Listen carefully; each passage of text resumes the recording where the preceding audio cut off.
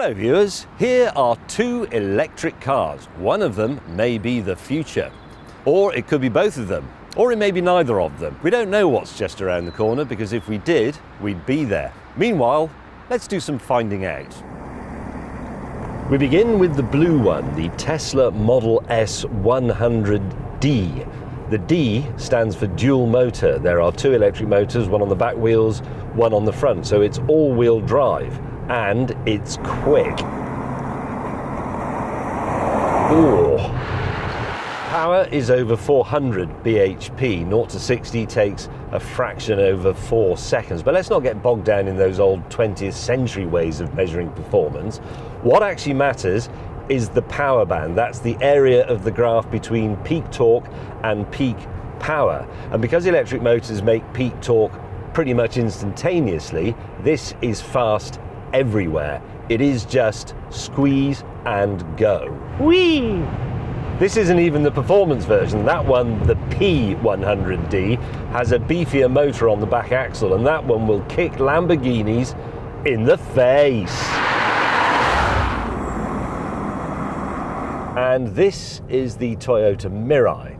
I'm afraid this only has one electric motor on the front wheels, and it develops a piffling 152 horsepower. It has but half the torque of the Tesla. This is not fast. It is quiet though. All electric cars are quiet, obviously. The Tesla is very quiet, but this is really quiet. Listen. Yeah, you see, you can't really, can you? The only thing you ever hear is a faint noise, a bit like a pump. It also has a very nice ride, very sophisticated, a little bit like a Bentley Continental GT actually. And since energy efficiency is important in electric cars, it's worth pointing out that this is much lighter than the Tesla. The Tesla weighs 2.2 tons, but this weighs a mere 1.8 tons. Well done, Toyota. Now, everyone thinks the future is full of self-driving cars, but actually, it's much better than that. These two cars are so advanced, I can drive them both at the same time. Now, currently, I'm in the Tesla, which is quite a handsome-looking car, although, let's be honest, quite conventional. Meanwhile, the other me in the Mirai thinks that the Mirai styling is more like the shock of the new, which is not bad from a company whose own president once said that Toyotas were boring. I like it though. It looks a bit like a sort of angry fighting fish. I do sometimes think it would look better if it was upside down though. Most things in the Tesla are controlled with this big screen in the middle here, and that's all perfectly familiar because it's just like operating a big version of your smartphone. My only complaint is that you can't actually feel your way around the screen, and sometimes I think I look at it for just half a second too long, like that. And you look up and the world is a completely different place. By contrast, things are already beginning to feel a little bit old school in the Toyota. You do have a touch screen here for sat-nav and audio, but all the important information about what the car is actually doing is on the little displays up there, and you navigate those with the buttons on the steering wheel. But it has to be said that your thumb is a great receptor. That's what allowed us to progress so much more quickly than dogs, and you only have to glance at that display, like that. And that's an exaggerated TV glance. The TES is connected. It updates itself and improves itself automatically over Wi-Fi. And it includes things like retro video games on the big screen and jokes from the mind of comedy genius Elon Musk, such as fart sounds. It did an update only last week, and the screen now includes Netflix. Right, which one am I in? Oh yes, it must be the Mizza because there are no gags in here. This is deadly serious. It does feel quite esoteric though. And as a Mirai driver, you are part of a very exclusive club. I describe the Tesla as party time. It's a feel-good car. It's fast, it's on trend, it's always up for a laugh. The Mirai is having a more earnest conversation in the kitchen, like a quantity surveyor might, but it is definitely more refined. Its brain is bigger than its gob. That's a nice quality in people, and it's nice in a car as well. But anyway, we must move on now to a deeply romantic subject, something that Elizabeth Browning wrote about all the time: electricity. Now we come to the essential difference between these two cars. The Tesla is a BEV, a battery electric vehicle. You charge it up like your laptop. The battery itself, down in the floor here, is in fact a giant laptop battery. Actually, it's lots of laptop batteries all joined together, bloody millions of the buggers. Now, you can charge it at home. You can plug it into a domestic socket. It will take 2.5 days to charge fully. You can install a home charger. That's about 2.5 times as quick. You can use a regular public charger, or you can use one of these, a Tesla supercharger, and these are epic. Now that's all plugged in. I just have to sit here. It's actually charging quite slowly today because there are a lot of people here. It can be 5 times as fast as that, but it's no matter because I just go into the Tesla menu and select Tesla Theatre and Netflix. There aren't any decent car shows on Netflix, so I'll just have to watch The Crown. Or as the Queen herself calls it when she's watching it, The Crine. So that little session there lasted about 15 minutes. It gave me an extra 43 miles at a cost of £3.38. This is the sort of thing we talk about these days. It's not top speed or 0 to 60 or anything like that. It's kilowatts and updates of software and how much I paid for my last session and where I was. It's a fabulous and exciting community that I've joined. The Mashizzle is an HFC EV, a hydrogen fuel cell electric vehicle.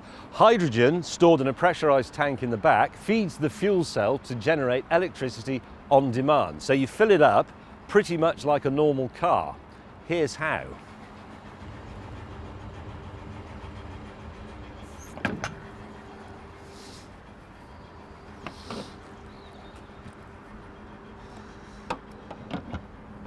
I always stand back a bit from this because that pressurizes to 700 bar. And I know it won't, but I imagine if that flew off, it would hit me right in the fuel cells.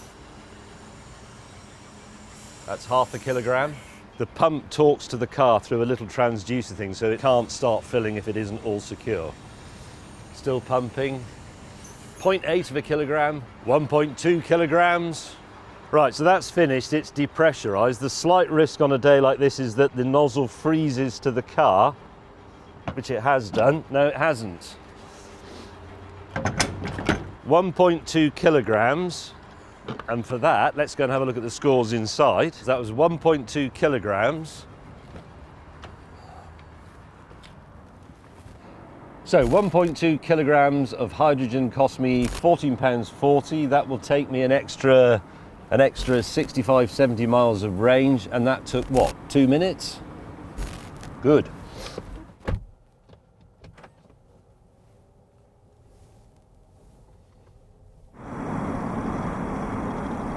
I actually think there's a place in the future for the BEV and the HFC EV. I mean, most people don't drive very much. They just commute to work and go to the shops, in which case, what's wrong with the battery electric vehicle? You just charge it up at home whilst you're asleep, or down the pub, or watching the Grand Tour on Amazon.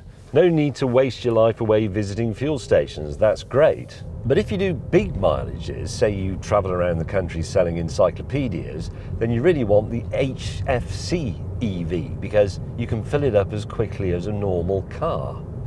There's actually a bit more to it than that, and I did promise in an earlier video that I'd have an argument with myself about it. And as I seem to have parked up just over there, that's what I'll do.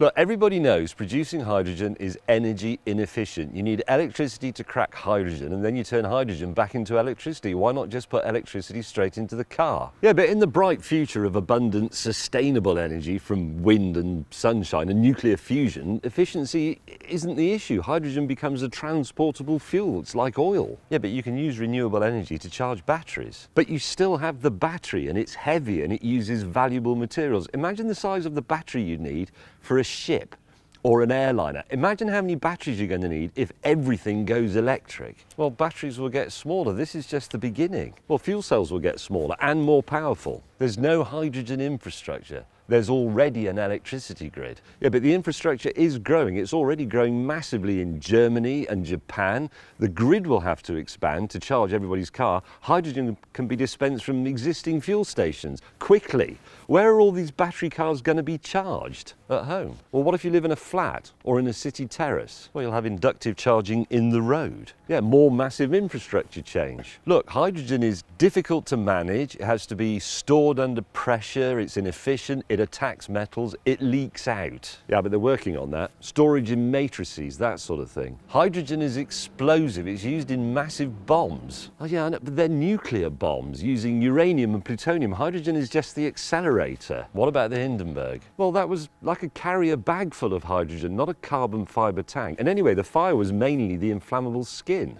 Most people are going to be terrified of hydrogen. Look, my garage at home contains a hydrogen car, a car with a massive battery, and a car with a tank full of super unleaded in it. The hydrogen car scares me the least. My car's faster. Ha! My car is cooler. Mine farts. Mine looks like a killer fish. Yours looks stupid. Yours looks like a Vauxhall. You've gone the wrong way.